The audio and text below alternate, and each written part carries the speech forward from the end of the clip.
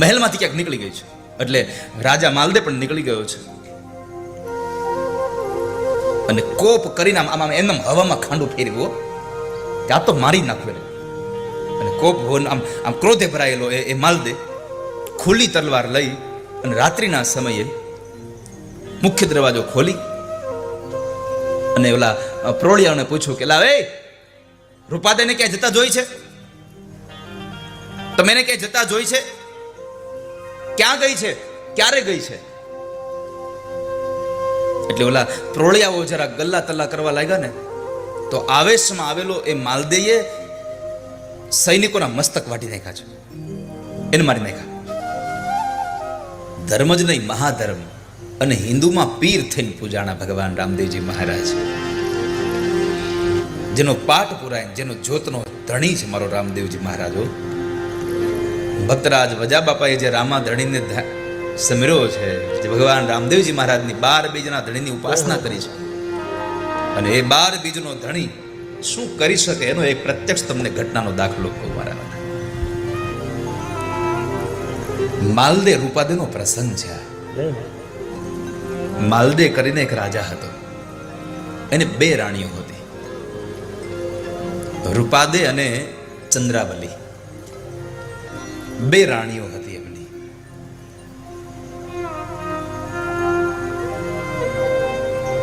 ચંદ્રાવલી મોટી છે અને રૂપાદે નાના છે.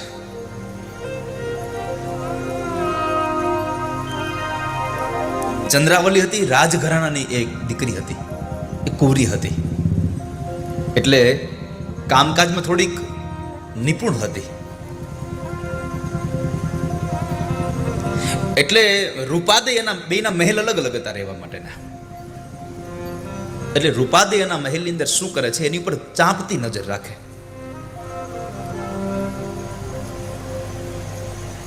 એક વખતના સમયે સવારની અંદર રૂપાદે પોતાના મહેલના ઝરૂખામાં બેઠા છે,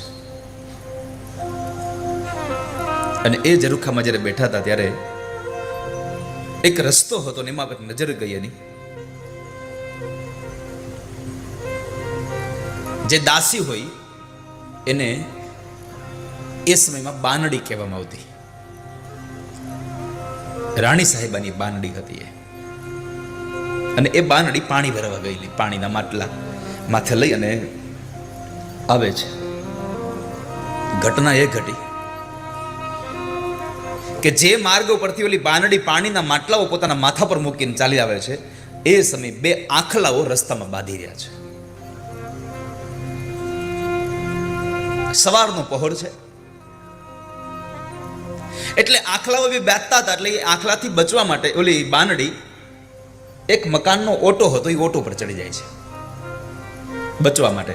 પણ થયું એવું કે ઓલા મલ કુસ્તીનું જેમ યુદ્ધ થતું હોય એમ પેલા 2 આંખલા બાંધતા બાંધતા પેલી બાનડી પાસે જે જગ્યાએ ઊભી હતી ત્યાં ગયા છે.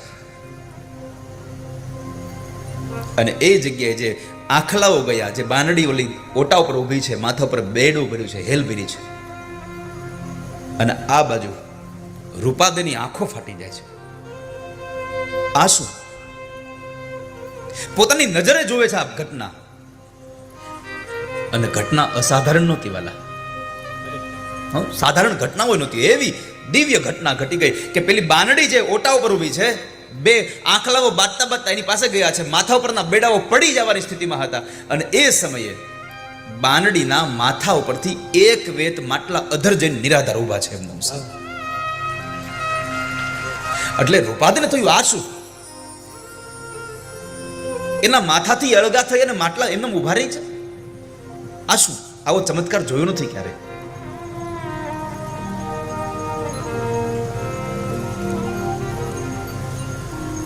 બાનડી આવે છે, બેડું ફરી એના માથા પર આવી ગયું દાસીના.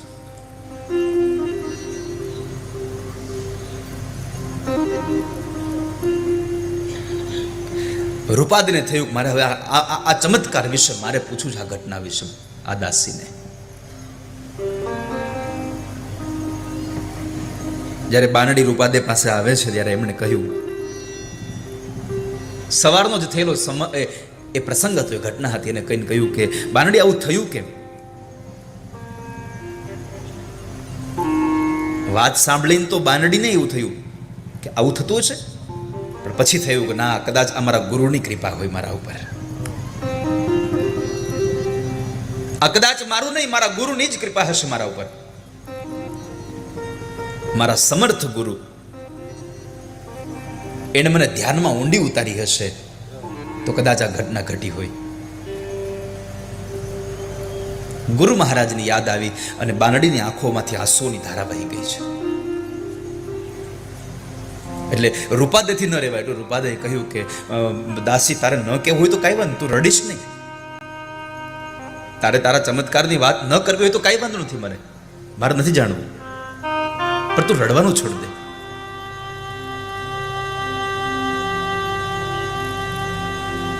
ત્યારે દાસી એમ કહે છે કે બા સાહેબા, મારી આંખમાંથી એ દુઃખના આંસુ નથી, આ મારી આંખ હવે હરખના આંસુડા રડે છે કે મારા ગુરુની અસમ કૃપા મારા ઉપર થઈ. આ તમે મને એનું ઉદાહરણ આપ્યું, તમે મને પ્રત્યક્ષ કરાવ્યું. અને આ ઘટના ઘટી હશે એનું એકમાત્ર કારણ હશે મારા ગુરુના પ્રતાપે વહેલી સવાર હતી, એટલે હું સવારમાં ભગવાનના નામમાં ધ્યાનમાં હશ. કદાચ હું ભગવાનના ધ્યાનમાં બેઠી હશે, એ ભગવાનના ધ્યાનમાં મારું મન લાગી ગયું હશે, એટલે કદાચ મારા ગુરુને અસીમ કૃપાથી ભગવાને મારી આ રક્ષા કરી હશે.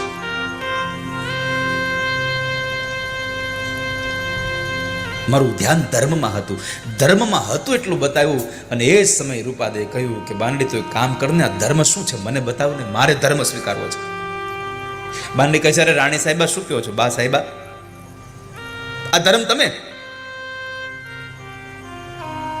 તમે સ્વીકારી શકશો ધર્મ? આને ધર્મ નથી કહેવાતું, આને મહાધર્મ કહેવાય છે. આને મહાધર્મ તરીકે ઓળખો છો.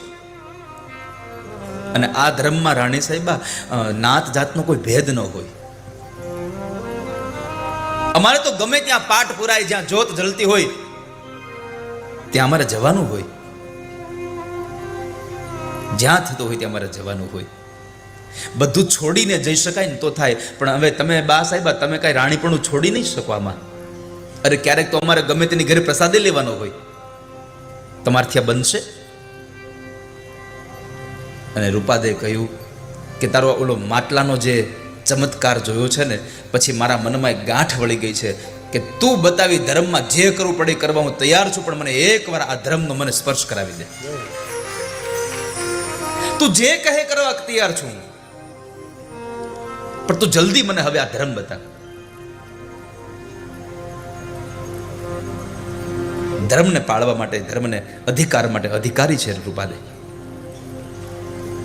પણ છતાં પણ બાનડીએ એક કસોટી કરી છે.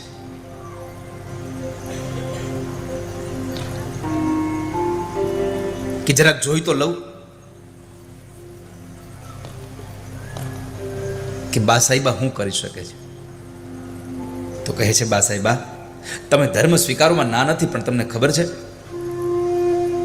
આપણા શહેરના મહાધર્મ જેને સનાતન ધર્મ કહેવાયો છે, એ સનાતન ધર્મના આપણા શહેરના આગેવાન મેઘધારુ છે. એ મેઘધારુ છે અને જાતે વળી પાછા મેઘવાળ છે, એટલે કે હરિજન હશે.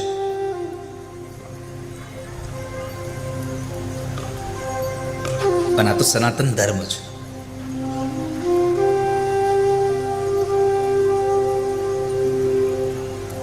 તો એના ઘરે પણ ક્યારેક પાઠ પુરાતો તો ત્યાં જવું પડે, અને એના ઘરે પાઠમાં ભગવાનને પીરસેલો પ્રસાદ આપણે જમવો પડે. એમાં કોઈ પણ સંજોગે બધું જ છોડી અને ત્યાં હાજરી આપવી પડે. એટલે ફરી કહું છું, બા સાહેબા, તમે બરાબર વિચાર કરી નક્કી કરજો હો. પછી તમારા મનમાં હું રાણી છું અને હું એના ઘરનો પ્રસાદ ન લઉં, હું એના ઘરે ન જાઉં, તો એ ન ચાલે. આ તો મહાધર્મ છે.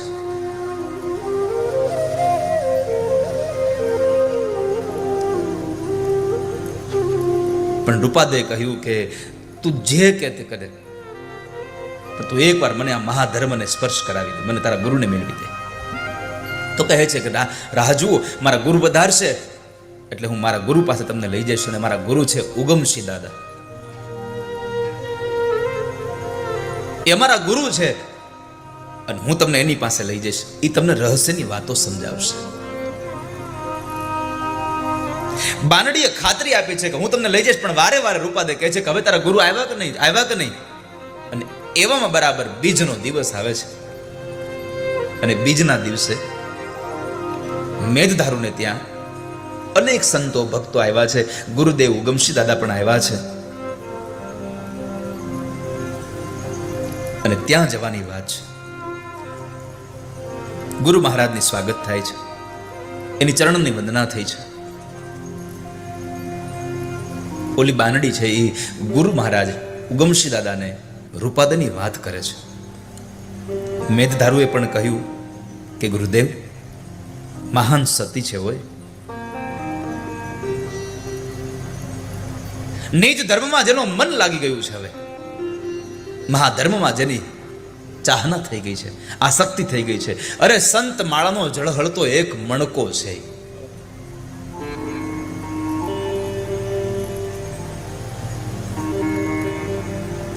ઉગમસિંહ દાદાએ થોડી વાર વિચાર કર્યો અને પલભરના વિચાર પછી કીધું એક કામ કરો, આજ રાતના જમેલામાં જઈને બોલાવો. રાત્રે પાઠ પૂરવામાં આવે અને પાઠમાં જે જ્યોત પ્રગટાવવામાં આવે એને જમેલો કહે છે. આ મહાધર્મમાં એને એમાં જ બોલાવો. એને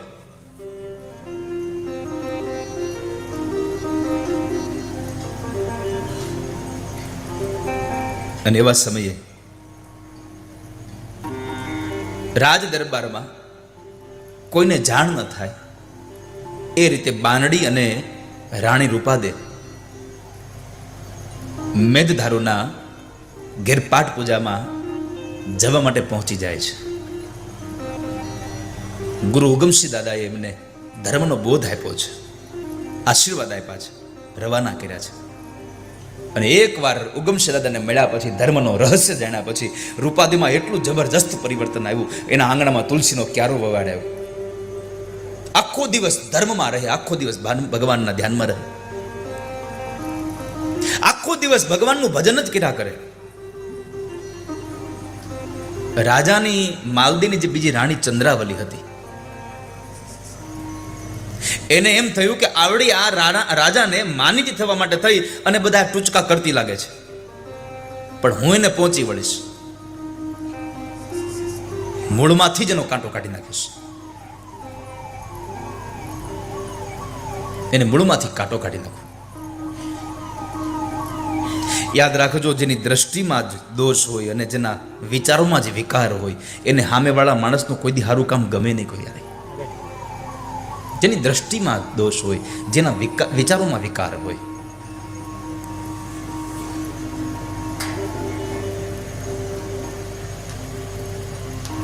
સમય પસાર થાય છે.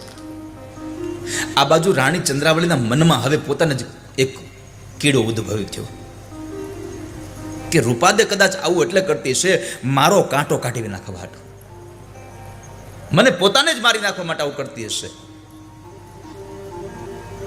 હવે ચંદ્રાવલી એક જ વિચાર કરે છે, ગમે તેમ કરીને આને લાગમાં લેવી, ગમે તેમ કરીને હવે આનો કાંટો કાઢવો છે. એટલે ચંદ્રાવલી રાજા માલદેના કાનની અંદર રૂપાદેના વિચારોમાં શંકા કુશંકા નાખ્યા કરે છે, ભેદભાવ નાખ્યા કરે છે, મીઠું ને મરચું ભભરાવ્યા કરે છે.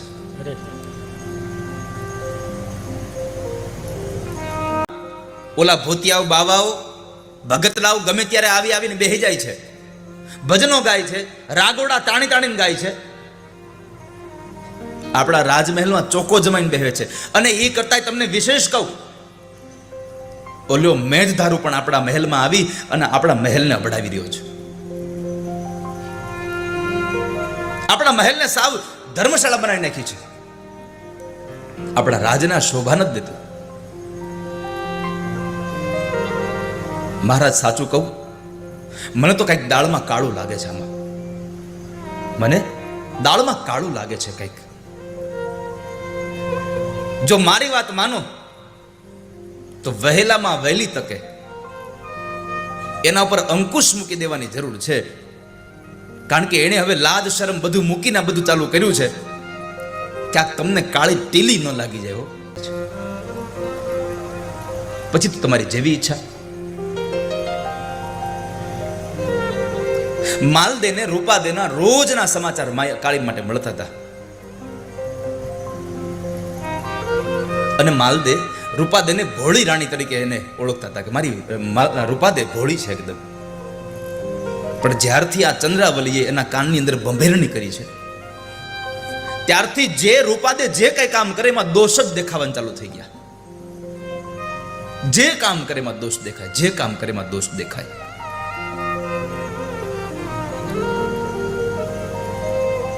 અને એમાં એક વખતના સમયે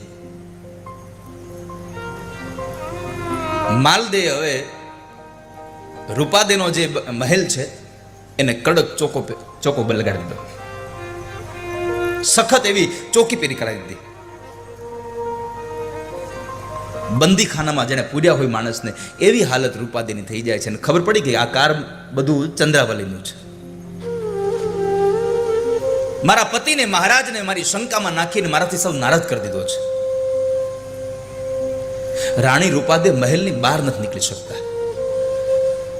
પણ તમે જુઓ, મારે મૂળ વાત એ કેવી છે કે જેને ભગવાનમાં અપાર ભરોસો છે એના માટે ભગવાન શું કરી શકે છે.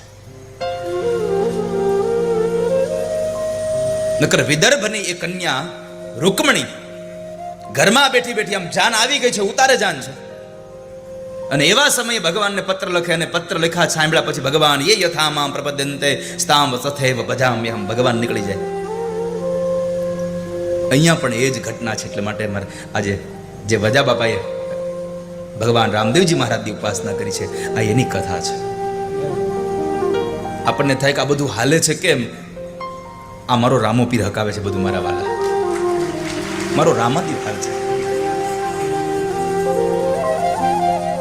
એકદમ બંદીખાનામાં પડી હોય એવી હાલત રૂપાદેની થઈ જાય છે. પણ રૂપાદે આખો દિવસ અને રાત ધર્મના એ વિચારોમાં જ, ધ્યાનમાં જ, ધર્મના ધ્યાનમાં, વિચારમાં એ સમયને પસાર કરે. એમાં બરાબર એક સમય આવી પહોંચ્યો કે અષાઢી બીજના દિવસે મેઘધારુના ઘરે 12 બીજના ધડીનો પાઠ પૂરવાનો, જમેલો કરવાનો હતો. અને એ સમયે ગુરુદેવ ઉગમસિંહ દાદા પણ આવવાના હતા. અને બધાને વાયક મોકલાય છે, બધાને વાયક દેવાય છે. હવે કરું શું? મારે તો કડક ચોકી પહેરો છે. હું આ ચોકી પહેરમાંથી નીકળું કઈ રીતે? મારે જાવું કેમ અહીંયાથી? ધીમે ધીમે સમય પસાર થવા લાગ્યો. સાંજ પડી, સાંજનો સમય પસાર થઈને રાત્રિનો સમય ચાલુ થઈ ગયો હોય તો. અને આ બાજુ રૂપાદેની મૂંઝવણ વધતી જાય છે. શરીર અહીંયા મહેલમાં છે અને આત્મા મેઘધારુના ઘરે પહોંચી ગયો છે. ગુરુદેવ ઉગમસિંહ દાદાના ચરણોમાં પહોંચી ગયો છે, ભક્તોની મંડળીમાં પહોંચી ગયો છે કે ત્યાં શું લોકો ભજન કરતા હશે.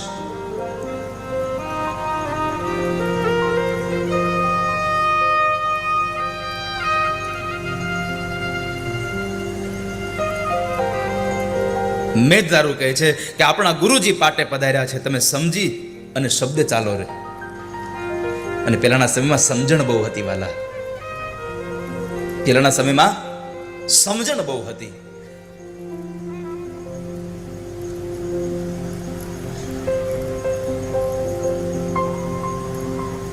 રાખીને વાત કરજો. બસ આટલા શબ્દોમાં બધું આવી ગયું.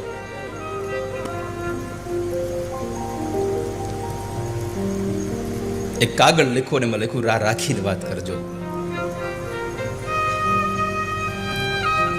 દેવાયત બોદર એમ લખીએ કે જાઓ આ પત્ર મારા ઘરે આપી આવું અને નવગઢને લઈ આવો. પણ રાખીને વાત કરજો આટલું કર્યું ને અહીંયા પત્ની સમજી જાય છે. નવગઢને રાખી અને પોતાના દીકરાને આપી દે છે. અને મેં હંમેશા કહ્યું છે, સંબંધો સમાધાનથી ટકે ને એમાં મજા નથી, સંબંધો સમજણથી ટકે એમાં બહુ મજા છે વાલા. સમજણ હોવી જોઈએ, સમાધાન નહીં.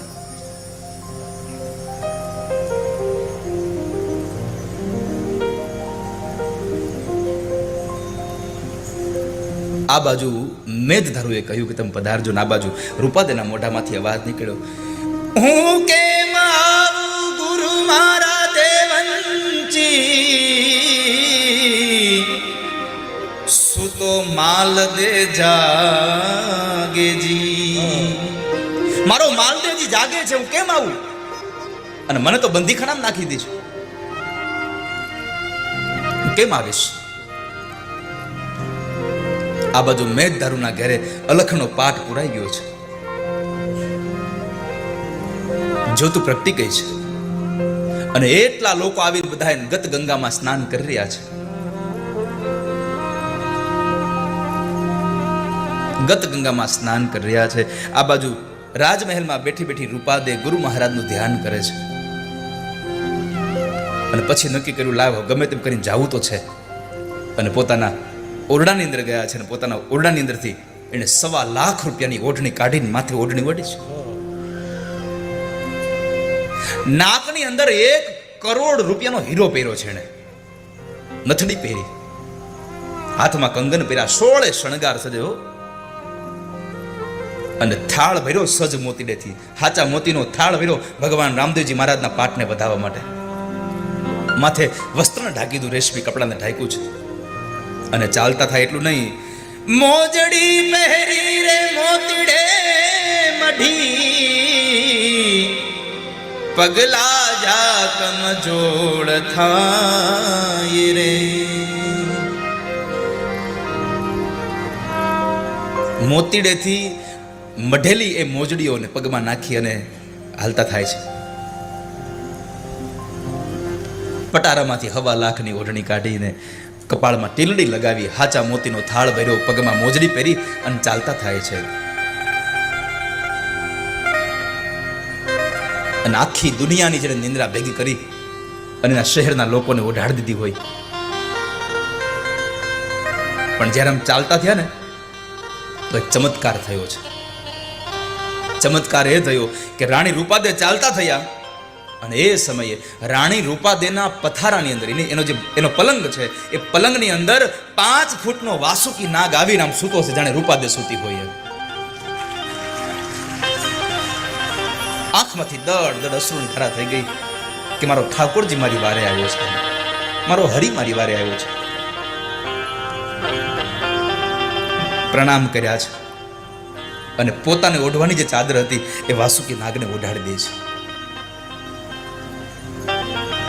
વાસુકી નાગને ઓઢાડી દે છે, અને રૂપાદેના મનમાં એક જ વિચાર આવ્યો કે વાસુકી નાગ મારા પલંગની રક્ષા નહીં, મારી રક્ષા કરવા માટે આવ્યો છે. કારણ કે હું અહીંયાથી જાઉં અને કદાચ મારી પાછળથી કોઈ કાવતરું કરી અને ન કરવાનું કાવતરું કરીને માલદેના મનની અંદર શંકા નાખે તો માલદે મને મારી નાખે, મને કાપી નાખે. પણ મારા જીવને ક્યારેય કોઈ કલંક ન લાગે, એટલે મારો ભગવાન, મારો ઠાકોરજી મારી વારે આવ્યો છે. વાસુકી નાગને પગે લાગી અને રૂપાદે નીકળે છે.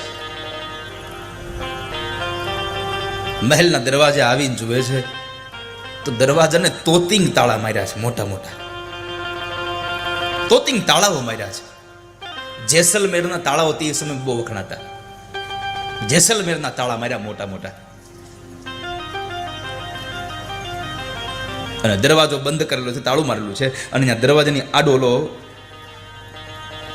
પ્રોળિયો હોતો છે, એટલે કે રક્ષણ કરનારો સેવકને વચમાં હોતો છે, એને એ સમયમાં પ્રોળિયા કહેતા. એ પ્રોળિયો સૂતો છે.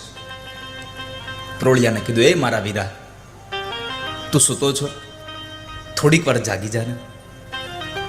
એ મારા વીરા, જાગી જાને. અને જો જાગી ગયો હોય તો થોડીક વાર દરવાજો ખોલી દે ને, મારા 12 બીજના ધણીનો પાઠ છે, મને જ્યોતના દર્શન માટે જવું છે, મને દરવાજો ખોલી દઈશ. એના મનમાં આવી ઈચ્છા હતી કે કદાચ એ મારું કામ કરી દેશે.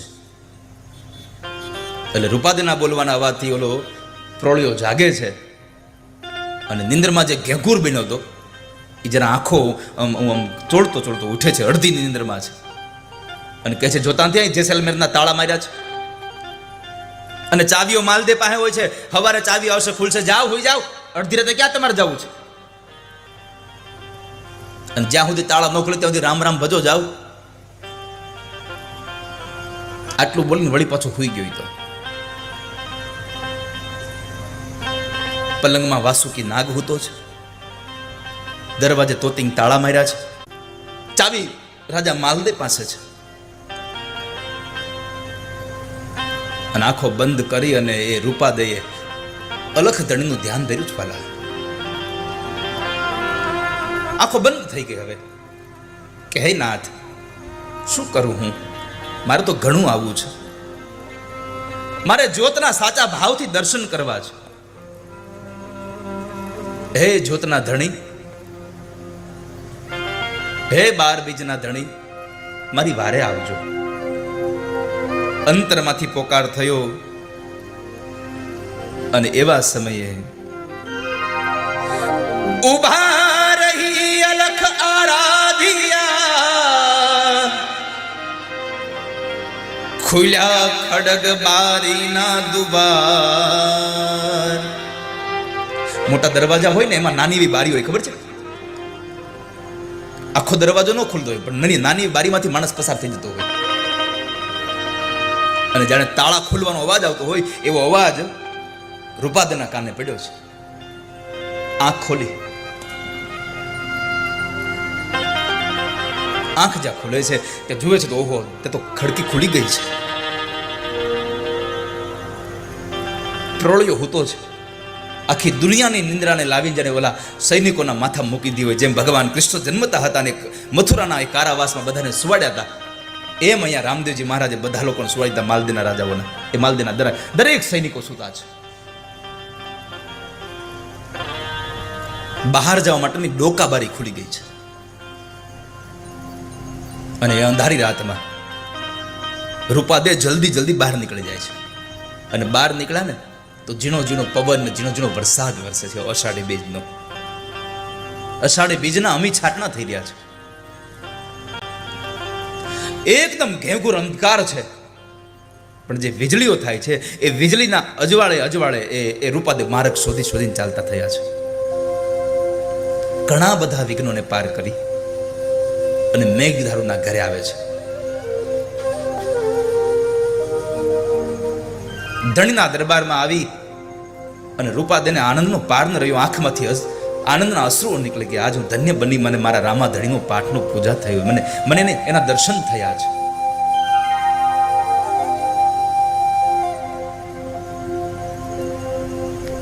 અલગ ધણીના દરબારમાં રૂપાદેના આગમનથી ઓલી જે જ્યોત હતી ને એની જ્યોતનો જળહળાટ વધી ગયો છે. ગુરુ મહારાજના અને જ્યોતના દર્શન થકી રૂપાદે ધન્ય થયા છે. આજે રૂપાદેના આગમનથી બાનડી સહિતના બધા લોકો આનંદિત થયા છે. બધા લોકો આનંદ કરે છે. પાઠને એક પરિક્રમા કરી છે. હાચા મોતીથી પાઠને વધાવ્યો છે, જ્યોતને વધાવી છે. રૂપાદે ઓવાળના લીધા છે. એક સોનામોર પાટમાં ધરી છે અને સોનામોર ધરી અને ભજનની જે મંડળી હતી એ મંડળીની મધ્યમાં બેસી અને રૂપાદે ભજન ગવરાવે છે. આ બધું ચંદ્રાવલીના મનનો કીડો હળવળે છે. અને બીજાનું ધ્યાન રાખે ને નીંદર ના આવે, કોઈ હરખી એને હરખી નીંદર ના આવે.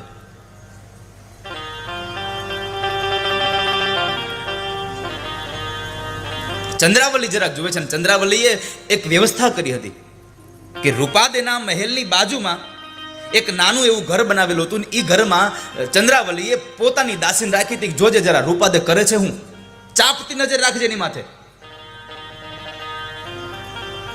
અને ચાપતી નજરમાં એ દાસીને ખબર પડી ગઈ હતી કે અડધી રાતે રૂપાદે 16 શણગાર સજી અને મોતીડાની પોરવેલી એ મોજડીને પહેરીને રૂપાદે જાય છે. અને આ સમાચાર એમણે અડધી રાતે ચંદ્રાવલીને આપ્યા. અને રાણી ચંદ્રાવલી ખુશાલ થઈ ગઈ. બરાબર હવે મોકો મળ્યો લ્યો. સુતા માલદીને જગાડ્યો છે.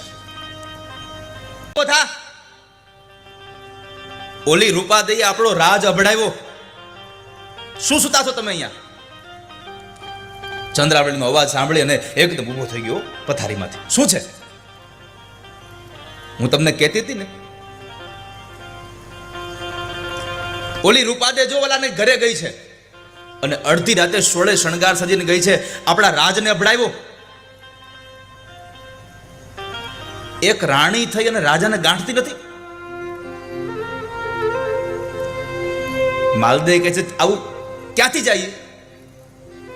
એટલો મેં ચોકી પહેરો કરાવ્યો છે કે નાનું ચકલું ન ફરકે અંદર. ક્યાંથી જઈએ? ચંદ્રાવલી કહે છે મારે એ જ કેવું તમને કે તમે આટલો કડક ચોકી પહેરો કરાવ્યો છે તો જાય ક્યાંથી?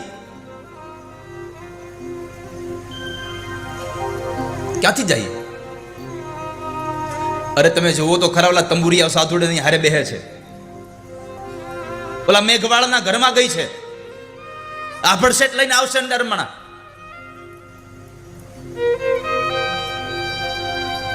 માલદેવ કહે છે ચંદ્રાવલી સાચું તો બોલજો ને તું, હાલ આપણે બે ખરાઈ કરાવી, હાલ આપણે મહેલ જઈ આવીએ. એટલે ચંદ્રાવલી જરાક આમ આવેશથી બોલ્યો, અરે હાલો હું તમારી હારે આવું, અને જોઈ ત્યાં ન હોય ને તો ઠીક છે, ત્યાં હોય જો હું ખોટું બોલતો મને ઊભી વેઢી નાખજો મને અહીંયા. ક્રોધથી રૂપાદેના મહેલમાં આવે છે અને એના ઓરડામાં આવે છે તે તો રૂપાદે ઘસાટ ઊંઘે છો. રૂપાદે ઘસાટ ઊંઘે છે. આવો અનુભવ રાજા માલદેને થયો કે પથારીમાં એ સૂતો છે, એ રૂપાદે સૂતા છે, માથે ચાદર ઓઢી છે, જાણે એના અંદરથી નસકોરાનો અવાજ આવે છે. માલદેએ ચંદ્રાવલીને સામું જોયું. તું કહેતી હતી ને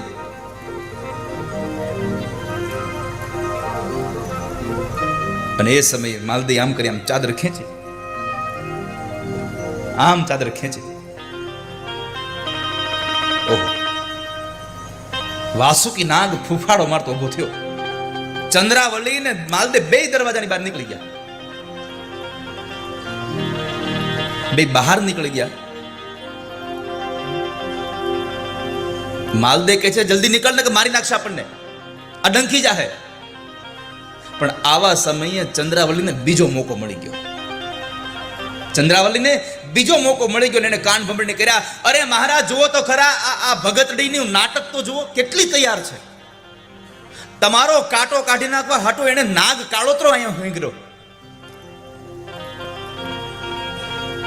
આ નાગને હુબાડીને વહી ગઈ અહીંયાથી. રાજા માલદેવ ફરીથી ધુઆ પુઆ થયો, ક્રોધમાં આવ્યો છે.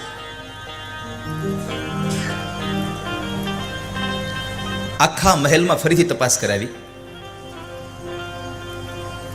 છેલ્લે ઘોડાની તપાસ કરાવી, ઘોડાળને તપાસ કરાવી, અને એને ખાતરી થઈ ગઈ છે કે રૂપાદે મહેલમાં નથી, મહેલમાંથી ક્યાંક નીકળી ગઈ છે. એટલે રાજા માલદેવ પણ નીકળી ગયો છે અને કોપ કરીને આમ એમ હવામાં ખાંડું ફેરવ્યો, ત્યાં તો મારી નાખ્યો. અને કોપ આમ ક્રોધે ભરાયેલો એ માલદેવ ખુલ્લી તલવાર લઈ અને રાત્રિના સમયે મુખ્ય દરવાજો ખોલી અને ઓલા પ્રોળિયાઓને પૂછ્યું કે લાવે રૂપાદેને ક્યાં જતા જોઈ છે?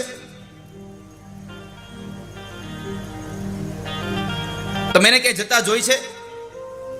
ક્યાં ગઈ છે? ક્યારે ગઈ છે? એટલે ઓલા પ્રોળિયાઓ જરા ગલ્લા તલ્લા કરવા લાગ્યા ને તો આવેશમાં આવેલો એ માલદેએ સૈનિકોના મસ્તક વાટી નાખ્યા છે, એને મારી નાખ્યા અને પોતે ધુઆપુઆ થઈ જાય છે. આ બાજુ દોડતી દોડતી ચંદ્રાવલીના મહેલમાં પહોંચી ગયો.